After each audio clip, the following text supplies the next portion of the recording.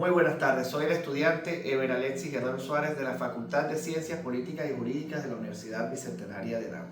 Como parte de la cátedra Obligaciones, vamos a desarrollar el tema principal, que es Teoría General de las Obligaciones. Para ello, y a manera de introducción, vamos a remontarnos al antiguo Imperio Romano. El derecho romano, que era el que se establecía en el imperio, veía las obligaciones como un acuerdo de sometimiento físico que tenía el acreedor sobre el deudor. El nexum o el manus injectio hablaba de que el acreedor tenía el derecho de encadenar e incluso vender como esclavo al deudor que no pagaba la deuda. Con la evolución del derecho en el 326 en el año 326 a.C., hablamos de la Lex Poetelia Papiria, que elimina o prohíbe todo lo que tiene que ver con el trato físico que el deudor tenía o se veía obligado ante el acreedor por no pagar una deuda, y establece como norma un acuerdo de contraprestación eminentemente patrimonial. En el año 1804, con el Código Napoleónico, el llamado Código Civil francés o el Código Napoleónico, ya las reglas del juego cambian y empiezan a estructurarse relaciones y vínculos jurídicos más allá y determinados, que fueron racionalizando y humanizando el vínculo jurídico entre acreedor y deudor. En Venezuela se sanciona el actual Código Civil venezolano, que es en lo que nos vamos a basar para desarrollar este tema, en el 6 de julio de 1982, y sale en Gaceta Oficial Extraordinaria el 26 de julio de 1982. A continuación vamos a iniciar con el desarrollo del tema, una vez finalizada la introducción, con las fuentes de las obligaciones. ¿Cómo nace la obligación? La obligación nace por un acuerdo que genera un acto o un hecho que genera un vínculo jurídico que está establecido en el ordenamiento jurídico legal y cuyo vínculo establece el acreedor con un deudor. El artículo 1264 del Código Civil lo define como: las obligaciones deben cumplirse exactamente como han sido contraídas. El principio fundamental en el derecho civil es la exactitud en el cumplimiento, o el pacta sunt servanda, que es, en el latín traducido, los pactos deben respetarse.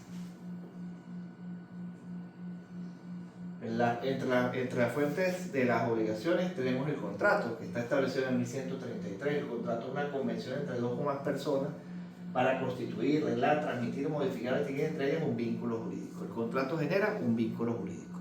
En el contrato se establecen las obligaciones que se van a contraer. Como eje principal es voluntario, entre dos o más personas. Y la formación de un contrato está en el Código Civil venezolano del 1133 al 1172.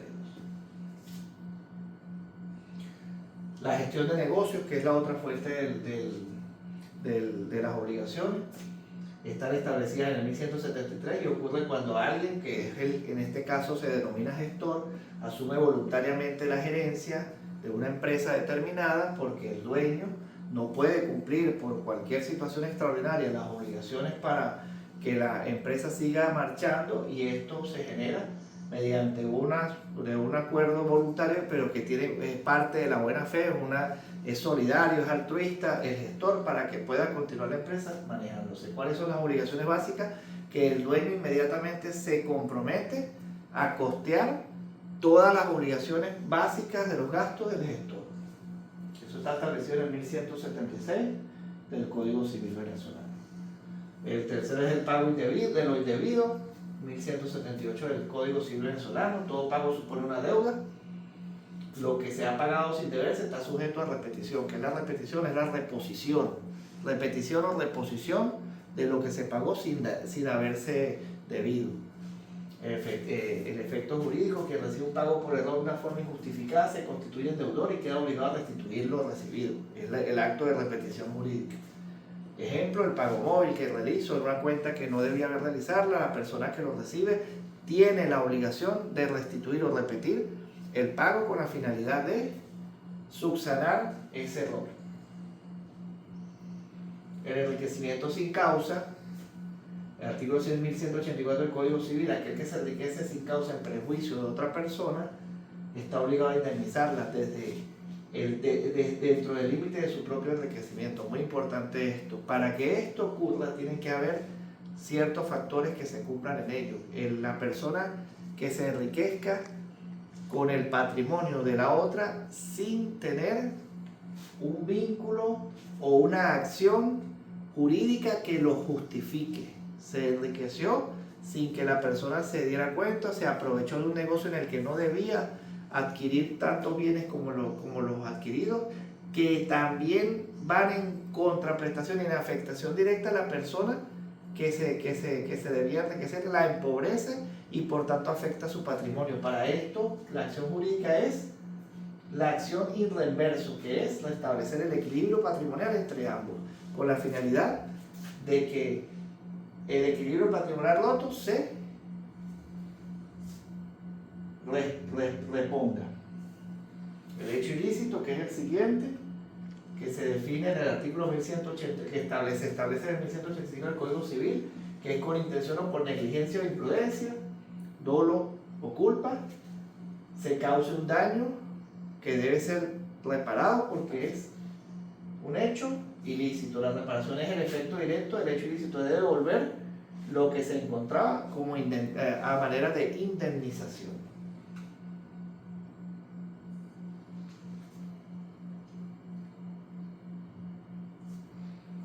Semejanza entre la fuente de las obligaciones. ¿Cuáles son las semejanzas entre cada una de ellas? El origen común. Todas las fuentes de las obligaciones reconocidas por el derecho tienen un vínculo jurídico exigible. Son 5 y cada una de ellas tienen un vínculo jurídico exigible. La estructura subjetiva, en todas interviene un acreedor y un deudor, obviamente el acreedor que exige y el deudor que debe cumplir. La licitud general debe haber, a excepción del derecho juicio, todas las demás nacen de conductas permitidas y amparadas por la ley. O sea que una de ellas solamente está al margen de la norma. Y el efecto patrimonial, todas tienen un impacto directo en la economía de intercambio de bienes o de patrimonio de las personas involucradas. Un ámbito desde el punto de vista patrimonial, una afectación desde el punto de vista patrimonial. Aquí no hay daños físicos ni obligaciones desde el punto de vista que afecten la integridad física de las personas.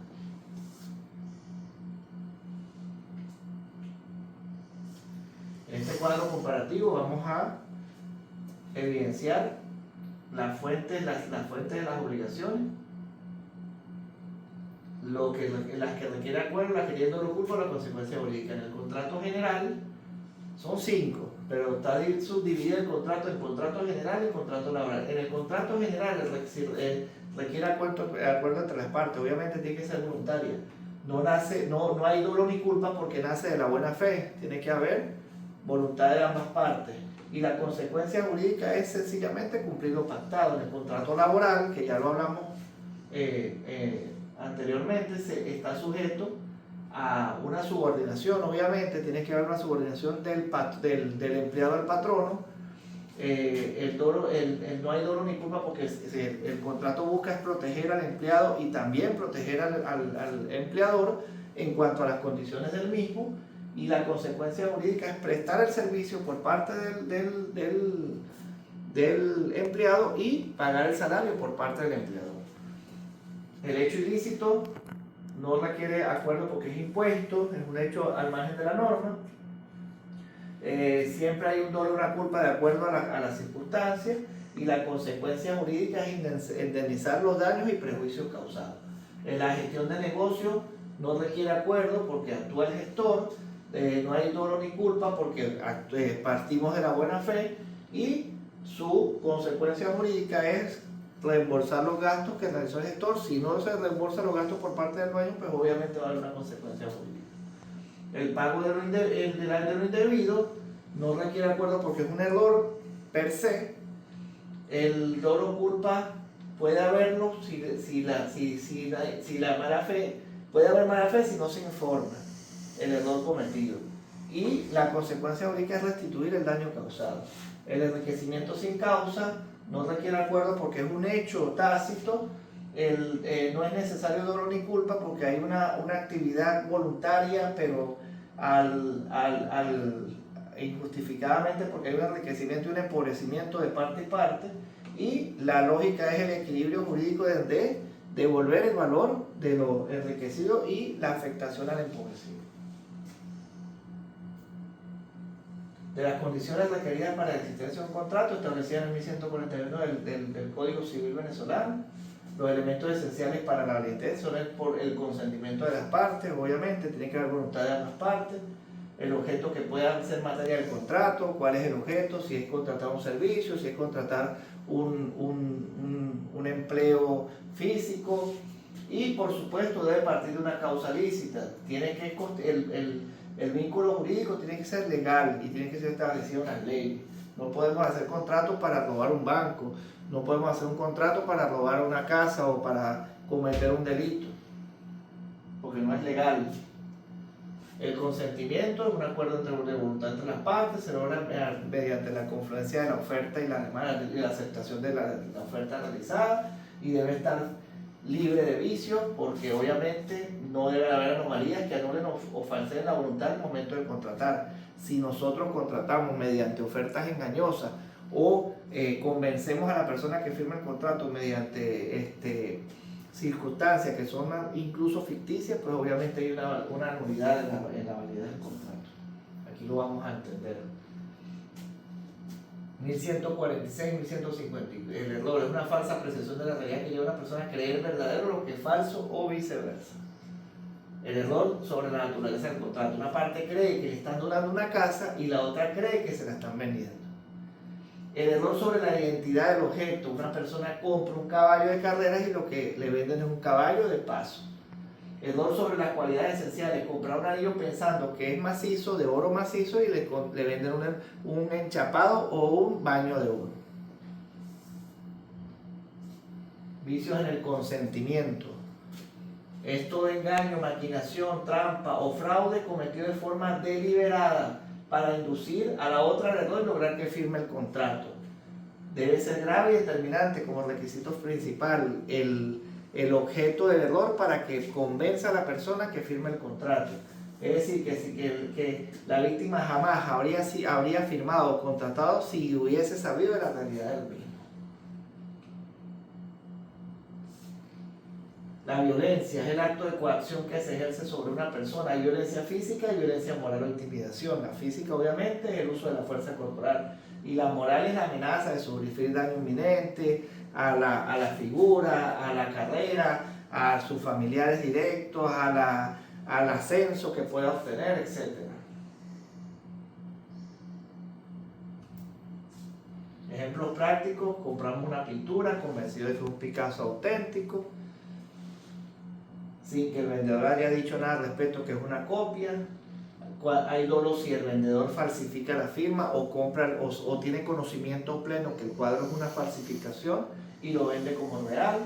Y hay violencia si, en este caso violencia moral, si la persona que vende la obra obliga al comprador a comprarla bajo la amenaza de que va a perjudicar a su hijo o lo va a sacar de la empresa. Si hay violencia física es porque lo amenaza que va a hacerle daño físico a la familia directamente. El objeto del contrato, obviamente, qué es, qué prestación o qué obligación hay entre las partes, las perspectivas que responde a la pregunta qué obligación tenemos nosotros en ese contrato, y la naturaleza, qué tipo qué finalidad va a tener el contrato en cuanto a lo que vamos a lograr. Puede ser transmitir una propiedad, hacer una acción o no hacer una acción debida, para lo cual la naturaleza del contrato debe ser clara y viable. El artículo 1155 del Código Civil venezolano habla del objeto del contrato de ser posible, lícito, determinado o determinable. Posible, tanto física como jurídicamente. No se puede contratar sobre cosas imposibles. Por ejemplo, yo contrato para que me pongan un unicornio y me lleven a la luna. Ficticio. Lícito, no debe violar ninguna ley. Lo puse en el ejemplo anterior. No voy a contratar a alguien para robar un banco. Determinado o determinable, debe ser claramente identificado o poder identificarse sin necesidad de un nuevo acuerdo. está determinado lo que se va a realizar y es determinable lo que se va a desarrollar. La causa del contrato, que es la obligación sin causa fundada en una causa lícita, no tiene ningún efecto. La obligación sin causa fundada en una causa ilícita no tiene efecto alguno. La existencia debe estar presente en el momento, la veracidad no debe ser disimulada o ficticia y la licitud no puede contrariar el orden público, la ley ni las buenas costumbres. Tiene que ser legal, tiene que ser verdadera y tiene que existir. Del contrato, la capacidad, bueno, se define como la actitud legal de las personas para conseguir y consentir y obligarse por sí mismas a la celebración de un contrato. ¿A qué se refiere esto? En 1143 puede contratar a todas las personas que son declaradas incapaces por la ley. ¿Quiénes son los incapaces por la ley? Ya lo vamos a ver. 1144 son incapaces para contratar a los menores, los entredichos o los inhabilitados. La regla general, personas mayores de 18 años. ¿Quiénes son los inhabilitados? Aquellas personas que, por ejemplo, están sometidas a una condena definitivamente firme, entre otros ejemplos.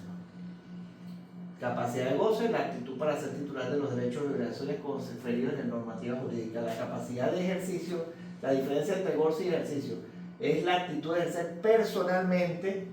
La capacidad de goce es aquella persona que tiene per se los derechos y obligaciones que le confiere el acto jurídico. Pero el ejercicio es que esta persona tiene la capacidad de personalmente y sin intermediarios o representantes poder ejercer todas las obligaciones correspondientes. La capacidad de goce es inherente a la persona y es universal. Nadie puede carecer totalmente de ella. Un bebé recién nacido o un menor de edad tiene capacidad de goce sobre un seguro, sobre un beneficio, sobre un dinero, sobre un bien, pero no tiene capacidad de ejercicio por cuanto no tienen los 18 años de edad para poder decidir unipersonalmente sobre eso. Tipos de obligaciones, se agrupan en distintas categorías. Obligaciones conjuntivas, que son aquellas que es aquel vínculo jurídico en la que el deudor se libera cumpliendo con ellas en su totalidad. Ejemplo, vender un inmueble y además pintar la casa del comprador. Si no vende el inmueble, si no entrega el inmueble y pinta la casa, la obligación conjuntiva no se cumple a cabalidad. Las obligaciones alternativas contiene dos o más prestaciones independientes, pero el deudor se libera cumpliendo una de las dos. Por ejemplo, entregar un caballo o $2.000 por la deuda adquirida.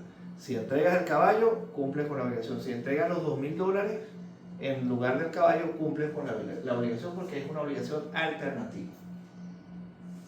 La obligación facultativa, el objeto de la obligación tiene una sola prestación principal, pero se le otorga al deudor la facultad de sustituirla por otra. Ejemplo, el vehículo, pero el deudor debe un vehículo, pero tiene la facultad de entregar una obra de arte por el mismo valor que el vehículo, cumpliendo así la obligación alternativa.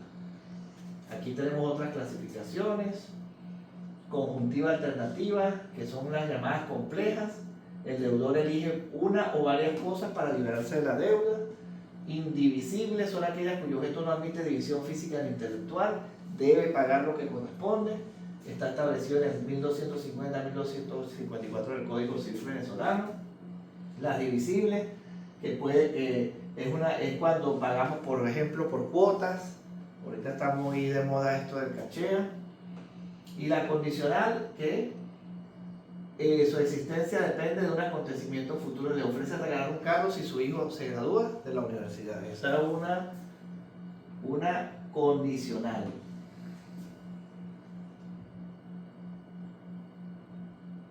Para finalizar, espero que esta actividad, que la teoría general de las obligaciones, haya sido profundizada, haya sido explicada, y que le den like y compartan este video para que más personas puedan conocer el maravilloso mundo de las obligaciones y todo lo que tiene que ver con el derecho.